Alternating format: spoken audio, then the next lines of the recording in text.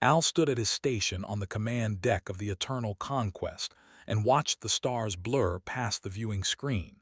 He had dreamed of this moment since he was a child. He was finally part of a real invasion fleet. He was finally going to prove himself as a warrior of the Dominion. The Dominion had conquered 17 species across 3 galactic sectors. They were the most powerful force in the known universe. Their ships were faster and stronger than anything other species could build. Their soldiers were trained from birth to fight and to win. No enemy had ever defeated them in open battle. No enemy had ever made them retreat. Humans were going to be their 18th conquest. Fleet commander walked onto the command deck and every officer stood at attention. Was old by standards, but his eyes were sharp and his voice was strong. He had led 5 successful invasions and had never lost a campaign. Al admired him deeply. Officers said, "We will arrive at the human system within the next cycle. Intelligence reports indicate that this will be a simple operation. The humans are confined to a single planet with a few small colonies on nearby moons and worlds. Their technology is primitive compared to ours. Their ships are slow and poorly armed. They have never faced a real military threat from outside their world." Pulled up images on the main screen. Al saw a blue and green planet covered with water and land. It looked peaceful. It looked weak. "We estimate total victory within 40 standard cycles," continued. "The humans have no allies. They have no experience with interstellar warfare. They have nothing that can stop us." The officers made sounds of approval. Al felt excitement building in his chest. This was going to be his first real combat experience. He was going to help bring another species under the control of the Dominion. After the briefing, Al found his mentor, senior officer in the observation area. Was older than Al by 20 cycles and had served in 2 previous campaigns. He was calm and wise, and Al trusted him completely. "Are you nervous?" I asked. "A little," Al admitted, "but mostly excited. I have waited so long for this." I placed a hand on his shoulder. "You will do well. The humans are weak. This will be good experience for you before we face a real challenge." Al nodded. He believed every word. The fleet dropped out of faster-than-light travel at the edge of the human system. Al watched the viewing screen as normal space appeared around them. He saw distant planets and a yellow star. Somewhere ahead was Earth, the human. "Contact," one of the sensor officers announced. 3 human vessels detected near the large gas planet, small patrol ships, minimal weapons. Commander smiled. "Perfect. We will destroy them quickly and send a message to the rest of their species. All forward vessels engage." 5 cruisers moved ahead of the main fleet. They were each 10 times the size of the human patrol ships. Their weapons could cut through the human hulls like claws through soft flesh. Al watched the battle on his tactical display. The human ships detected the approaching vessels and began to move. They did not run away. They turned and flew directly toward the cruisers. "They are attacking us," one of the officers said with surprise in his voice. "Foolish," Commander replied. "They must think they can scare us with a show of courage. Destroy them." The cruisers opened fire. Their weapons were powerful and accurate. The first human ship exploded in a ball of fire within seconds. The second ship tried to change direction, but was hit multiple times and broke apart. The third ship was damaged badly. Al could see flames and debris streaming from its hull. Its weapons were offline. It was dying. But it did not stop. The human ship changed course. It turned away from escape routes and pointed directly at one of the cruisers. Its engines burned at maximum power. "What is it doing?" Al asked. No one answered. They all watched as the small human ship flew faster and faster toward the cruiser. The cruiser fired again and again, but the human ship kept coming. The impact was massive. The human ship crashed directly into the center of the cruiser. Both vessels exploded in a blast that lit up the tactical display. Silence filled the command deck. Al stared at the screen. The cruiser was gone. 300 soldiers were dead, killed by a single small ship that should have been destroyed easily. Desperation, Commander finally said. The act of a primitive mind facing certain death. They knew they could not win, so they chose to take one of us with them. It means nothing. The other officers nodded and agreed. They told each other that it was a meaningless gesture. They said that the humans were simply too stupid to know when they were beaten. But Al kept staring at his display. He rewound the recording and watched it again. The human ship had been crippled. It could not fight. It could not run. It had only one choice left. And it chose to attack. Al watched the moment when the ship changed course. It was not random. It was not the result of damaged systems. The ship turned smoothly and deliberately. The pilot had aimed for the cruiser.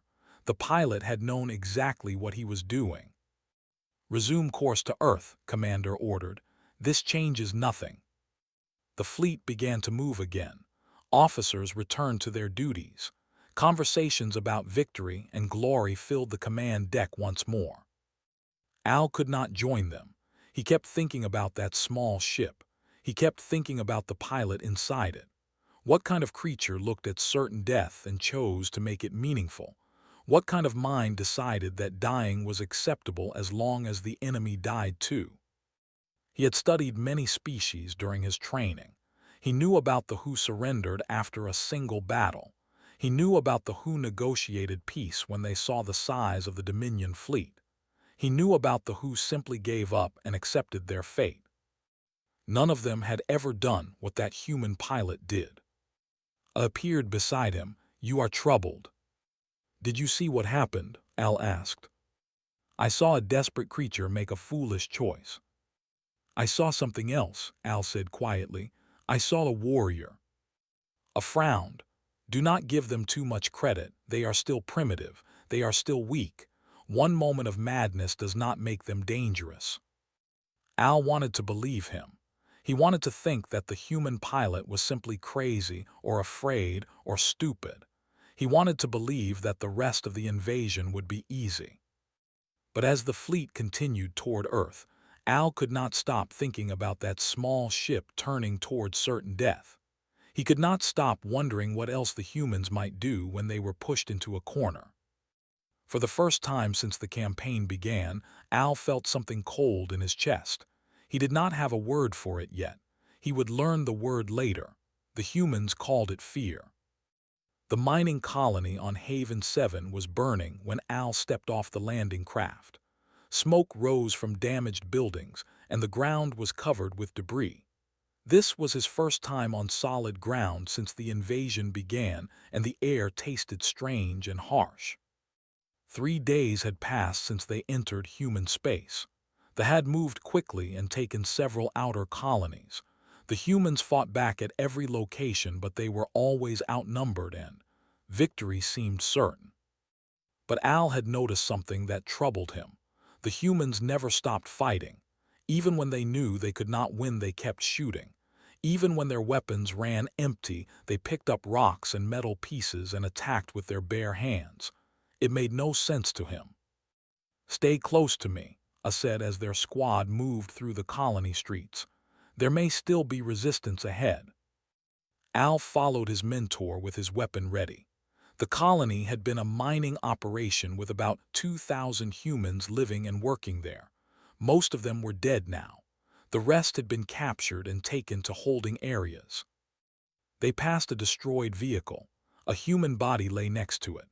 Al looked at the creature and felt curiosity more than anything else. The human was small with soft skin and fragile bones. It had 2 arms and 2 legs but it was clearly much weaker. How could such creatures ever hope to fight the Dominion? A sound made the squad stop. A raised his hand and everyone crouched down. They listened carefully. The sound came again. It was a voice calling out in the human language. Someone was still alive. Pointed to 2 soldiers and then toward a nearby building. They nodded and moved forward silently.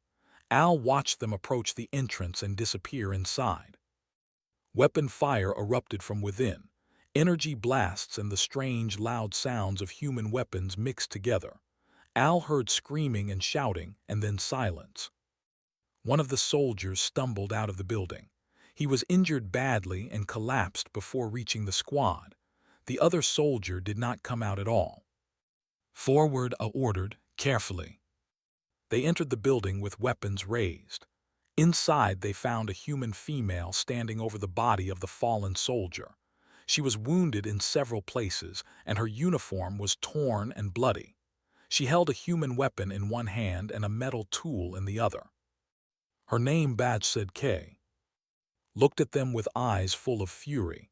She was half the size of a and clearly dying from her injuries, but she did not drop her weapons.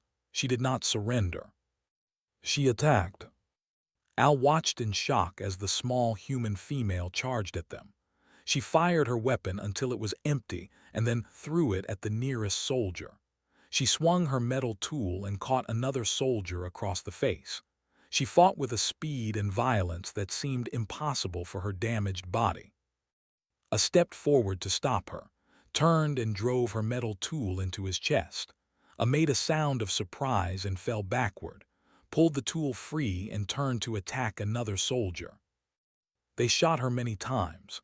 She finally stopped moving and fell to the ground. But even as she died, she reached for a device on her wrist and pressed a button. Her lips moved as she said something into it. Al rushed to her, but his mentor was already gone. The wound was too deep. There was nothing anyone could do. 3 soldiers died in that building. They were killed by a single human female who should have been dead before the fight even started. She had known she would die. She had fought anyway, and she had used her final breath to send a message to someone. Al felt the cold sensation in his chest again. Later that day, he was assigned to question a captured human. The prisoner was a male named Sam, according to his identification. He was a maintenance worker at the colony with no military training. He had been found hiding in a storage area. "You will tell me what I want to know," Al said through the translation device. Sam looked at him calmly. He was sitting in a metal chair with his hands bound. He showed no fear. "What do you want to know?" Sam asked.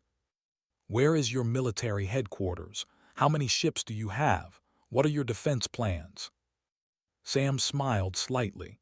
"I fix water recyclers. I do not know anything about military stuff." "You are lying."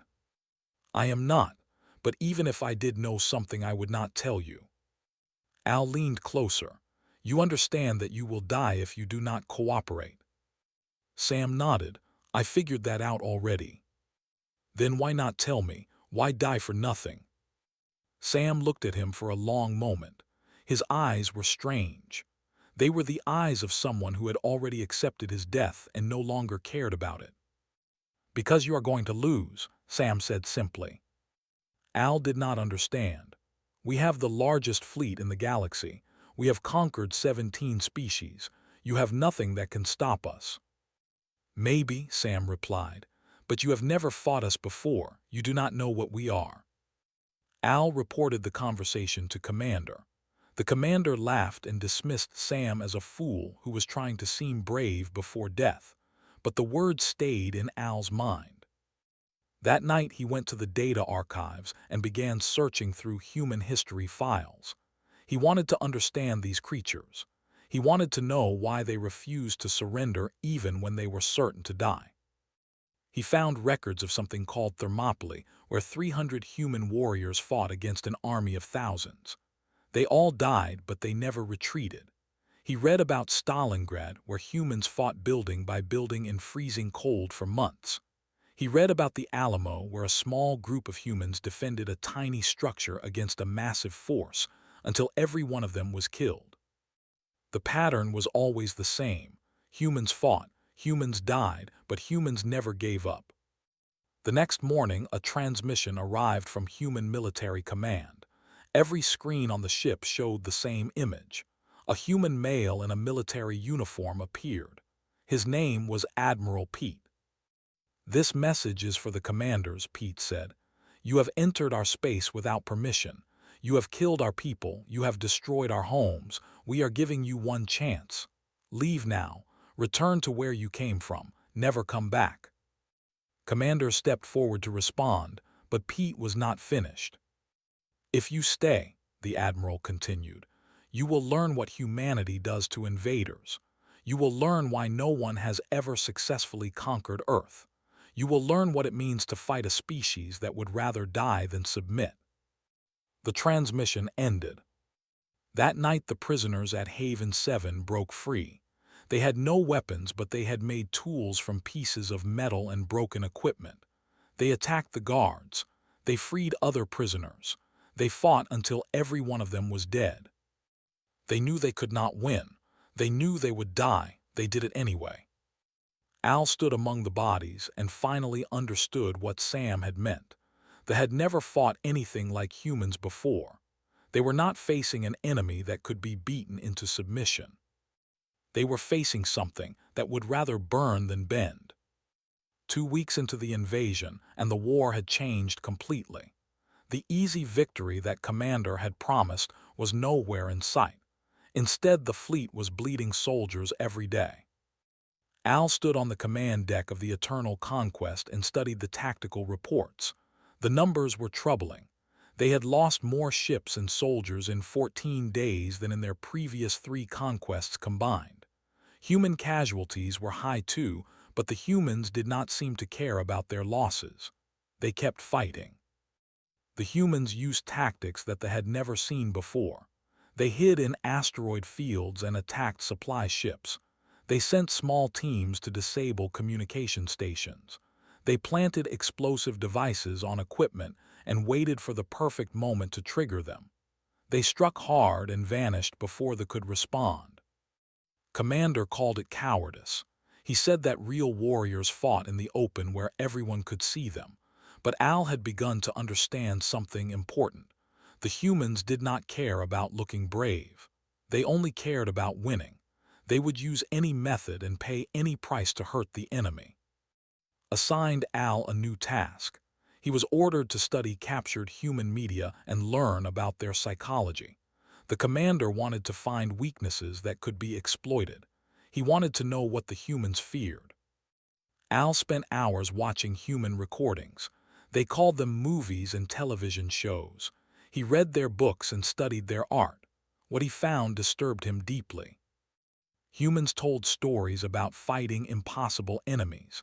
They celebrated heroes who stood alone against overwhelming forces. Their tales were full of characters who died rather than surrender.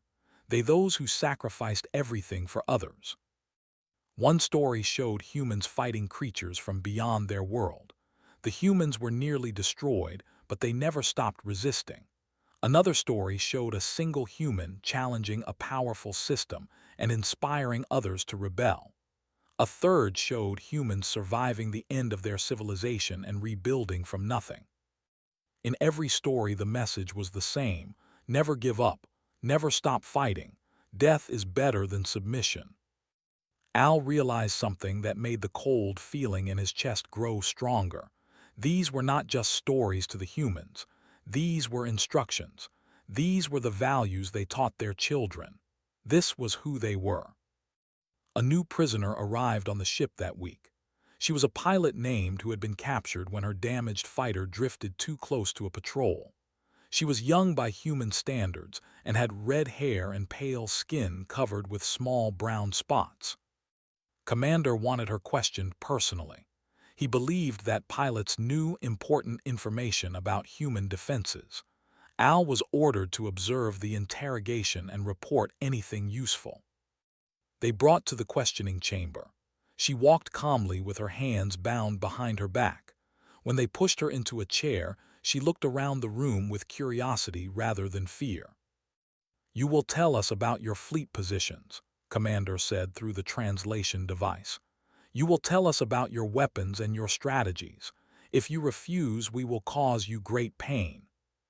Laughed. It was not a nervous laugh or a fearful one. It was genuine amusement.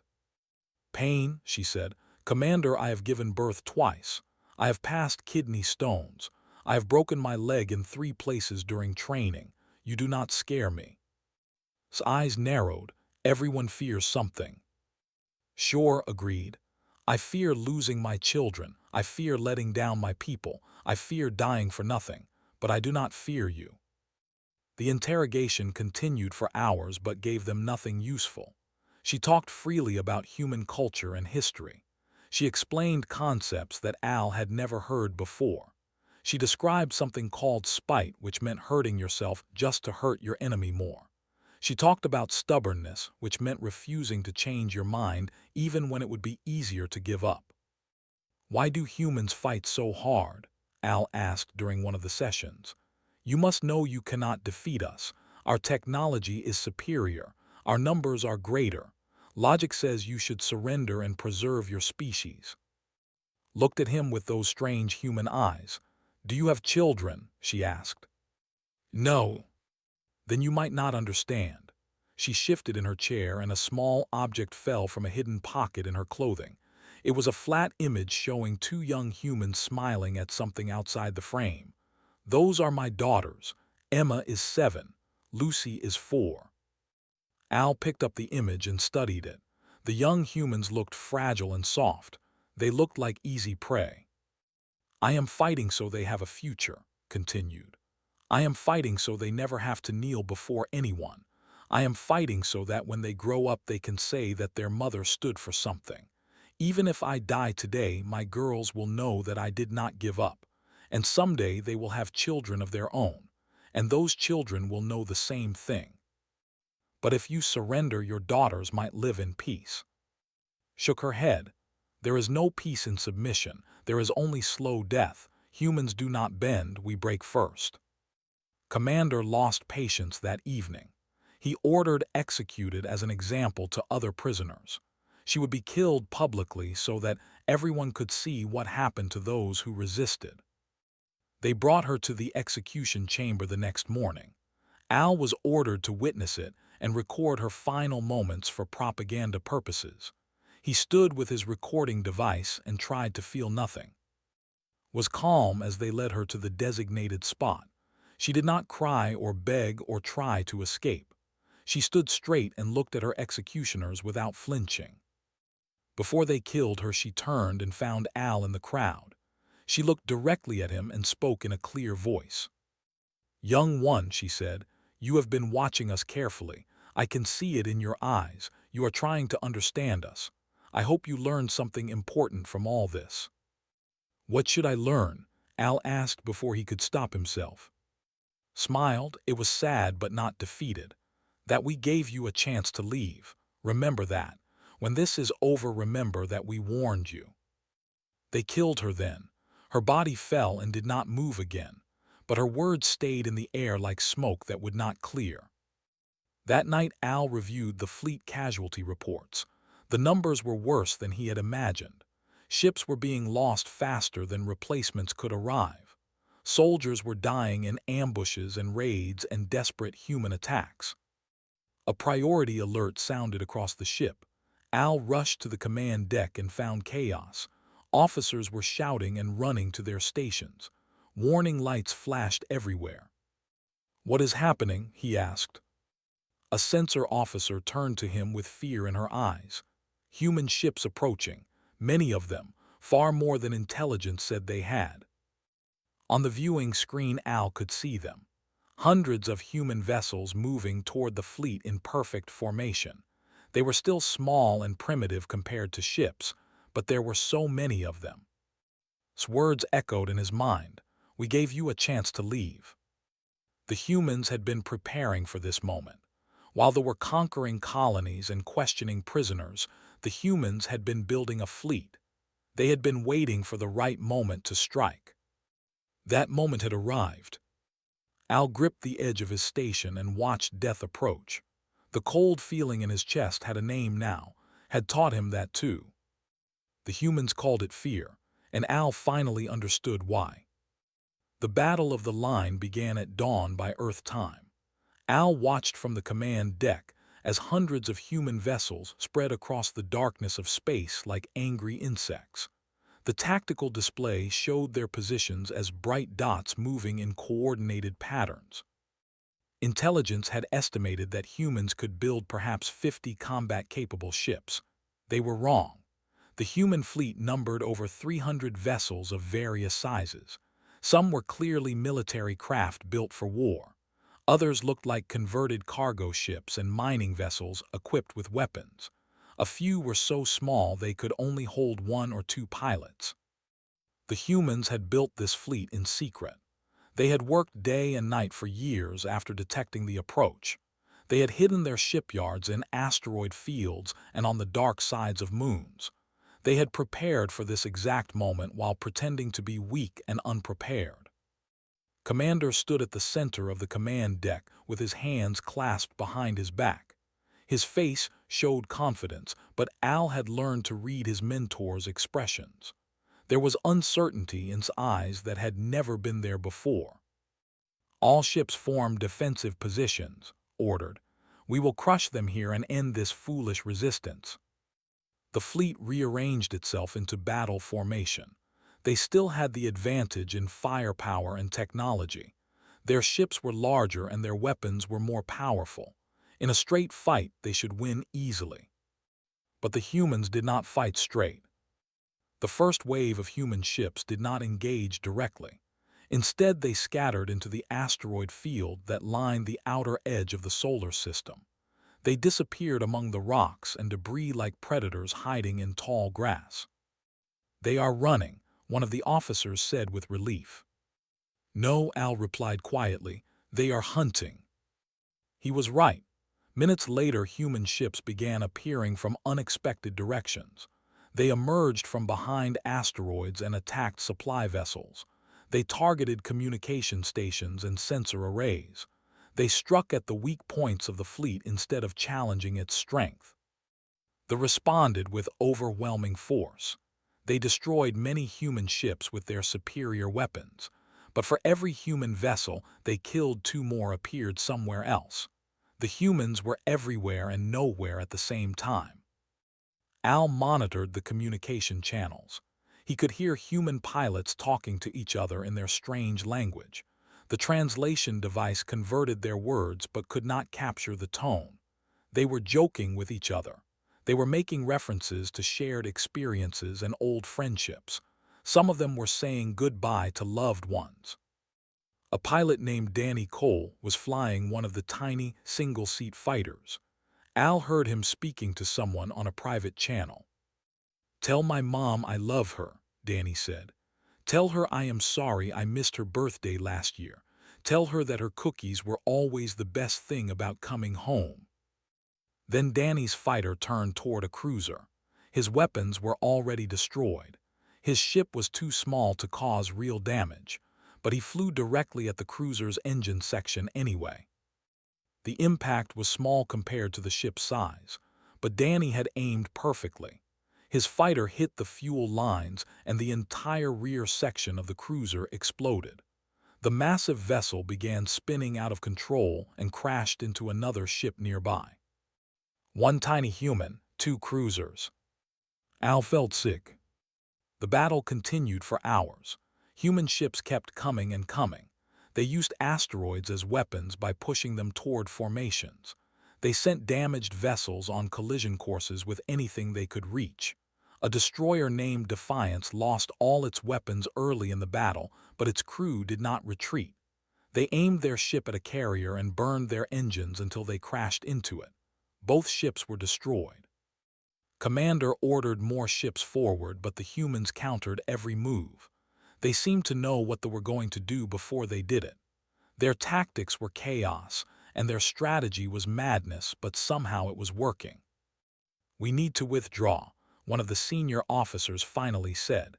"We can regroup near Mars and wait for reinforcements." Turned to him with fury in his eyes. "The Dominion does not retreat from lesser species." "Commander, we have lost 40 ships in 3 hours. If we stay here, we will lose more." The argument continued, but Al already knew what would happen.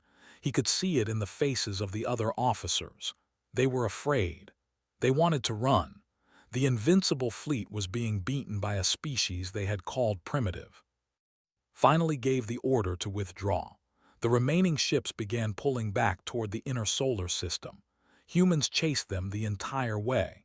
Small fighters harassed the rear formations. Damaged human vessels threw themselves at anything they could reach. During the retreat, a crippled human ship was captured intact. The crew had killed themselves rather than be taken prisoner. Al was part of the team that boarded the vessel to search for useful intelligence. The inside of the human ship was cramped and dark. The artificial gravity had failed, and bodies floated in the corridors. Al moved carefully through the vessel with his weapon ready, but there was nothing living left to threaten him. He found the captain's quarters near the front of the ship. The captain's body was still strapped into the command chair. He had died at his post firing weapons until the very end. His name was Greg Palmer according to the identification on his uniform. Al searched the room and found a personal recording device. He activated it and listened to the captain's final entry. "This is Captain Greg Palmer of the vessel Righteous Anger," the recording said. "We have sustained critical damage and cannot continue fighting. The crew has voted unanimously to stay at their stations rather than surrender. I am proud of every single one of them." There was a pause and the sound of explosions in the background. To whoever finds this recording, I want you to understand something. You think we are weak because we are small. You think we are primitive because our technology is not as advanced as yours, but you do not understand us at all. Another pause, more explosions. "We have been fighting each other for 10,000 years. We know how to make war, we know how to suffer, we know how to die, but we do not know how to give up. That is not in us. It never was." The recording ended. Al stood in the dead captain's quarters and felt the cold sensation in his chest spread through his entire body. The fleet regrouped near Mars. Below them, the red planet was covered with defensive installations. Long-range sensors showed weapons platforms and missile bases and fighter launch sites. The humans had been preparing this position for decades. Commander called a meeting of all surviving senior officers. Al attended because so many had died that his rank now qualified him. "We will hold here and wait for reinforcements," said. "The main Dominion fleet will arrive within 60 cycles. When they do, we will crush these humans completely." No one spoke. They all knew the truth that would not admit. The reinforcements would arrive to find a broken fleet. The humans would keep fighting every single day until then. More would die. More ships would be lost. And the humans would never stop. Al looked out the viewing port at the distant blue sphere of Earth. Somewhere down there billions of humans were waiting. They were building more weapons and training more soldiers and preparing for whatever came next. Had been right, they had given the chance to leave. Now it was too late. 3 months had passed since the invasion began. The war that was supposed to last 40 cycles had become a nightmare that showed no signs of ending. Al stood at his station on the command deck and tried not to think about how many friends he had lost. The fleet had been pushed back to the very edge of the solar system. Every attempt to advance was met with fierce human resistance.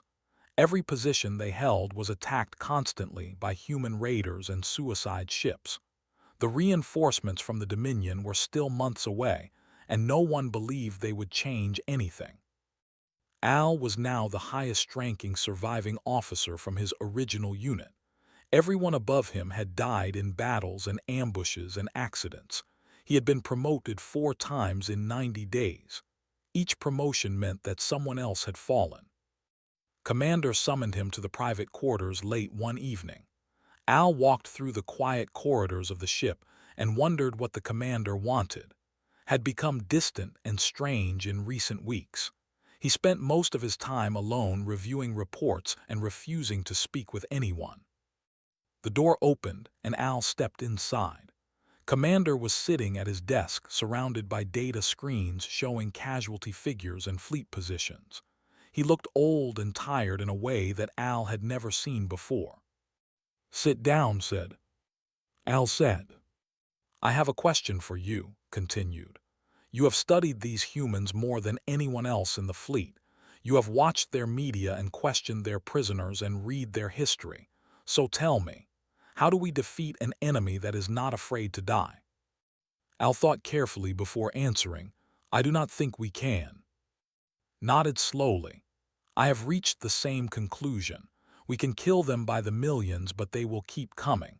We can destroy their cities, but they will fight from the ruins. We can break everything they have built, but they will attack us with their bare hands. They are not like other species, Al said. No, they are not.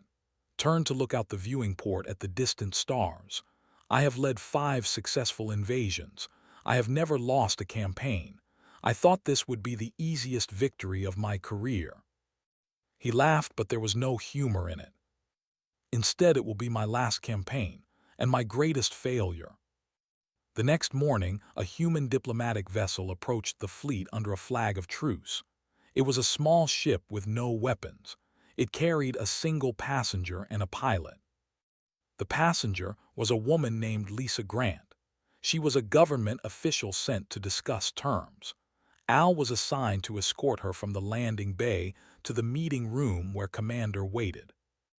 Lisa Grant was older than had been. Her hair was gray and her face showed lines from years of difficult decisions. But her eyes were the same. They were calm and confident and completely unafraid.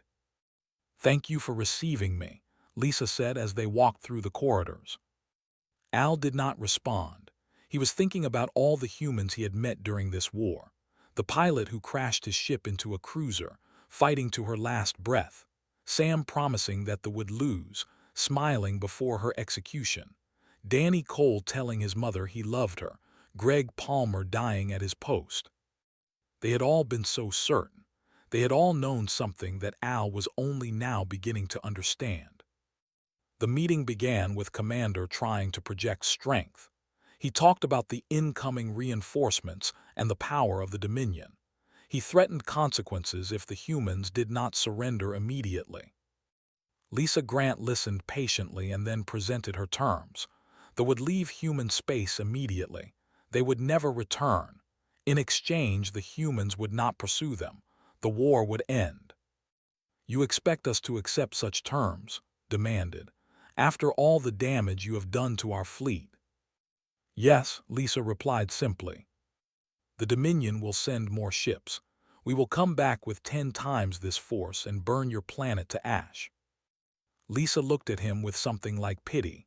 Commander, you brought your full might. You brought your best ships and your finest soldiers and your greatest weapons. Look what remains of them. She gestured at the data screens around the room. They showed the tattered remnants of what had once been an invasion fleet. Your Dominion has never faced anything like us, Lisa continued. You conquer species that surrender when they see your power. You defeat enemies that calculate the odds and choose survival over resistance. But we are different. We do not calculate. We do not surrender. We fight because fighting is what we do. Stood up from his chair. This meeting is over.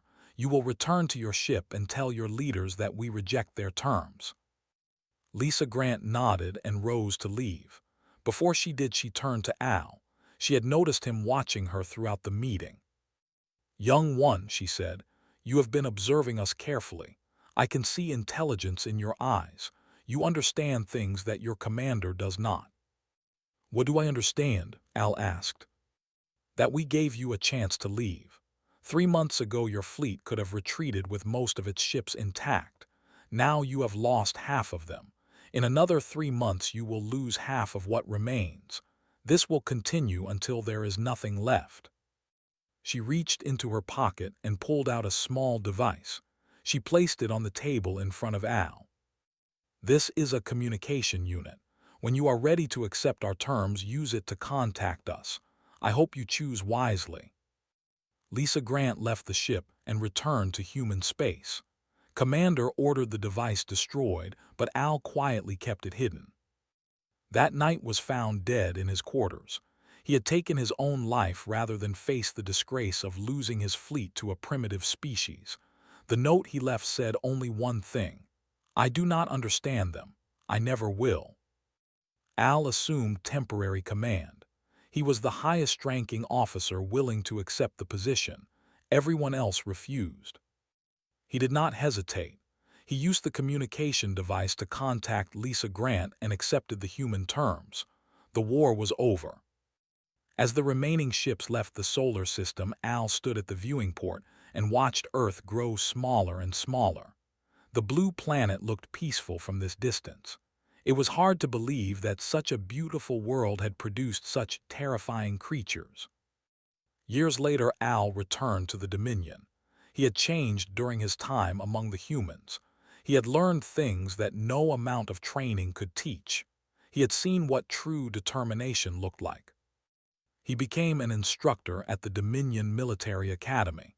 He created a single course that he taught to every new class of officers. He called it Species to Avoid. The first lesson was always about Earth. "My first taste of terror came in a war against humanity," he would tell his students. "My last taste came when I finally understood why they call their home a death world. It is not because their planet is dangerous. Many worlds are dangerous. It is because the species it created will burn everything, including themselves, rather than surrender." He would show them images of human history, wars that lasted generations, conflicts fought over ideas and beliefs and tiny pieces of land, heroes who died rather than kneel, ordinary people who became extraordinary when pushed. "Some prey is not worth hunting," Al would say at the end of each lesson. "Some enemies cannot be defeated no matter how much power you bring against them. Humans are such a species. They are small and fragile and short-lived, but they are also relentless and creative and utterly unwilling to submit." His students would ask what the humans wanted now that the war was over. Al would smile and tell them the truth. They want to be left alone. They want to live their lives and raise their children and explore the stars in peace. And any species wise enough to grant them that wish will never have to learn what I learned. "What did you learn?" his students would ask. Al would look out the window at the stars and remember a small ship turning towards certain death. He would remember fighting with her last breath. He would remember smiling before she died. He would remember all the humans who chose to burn rather than bend. "I learned what fear truly means," he would say. "And I learned it from the only species in the galaxy that does not feel it."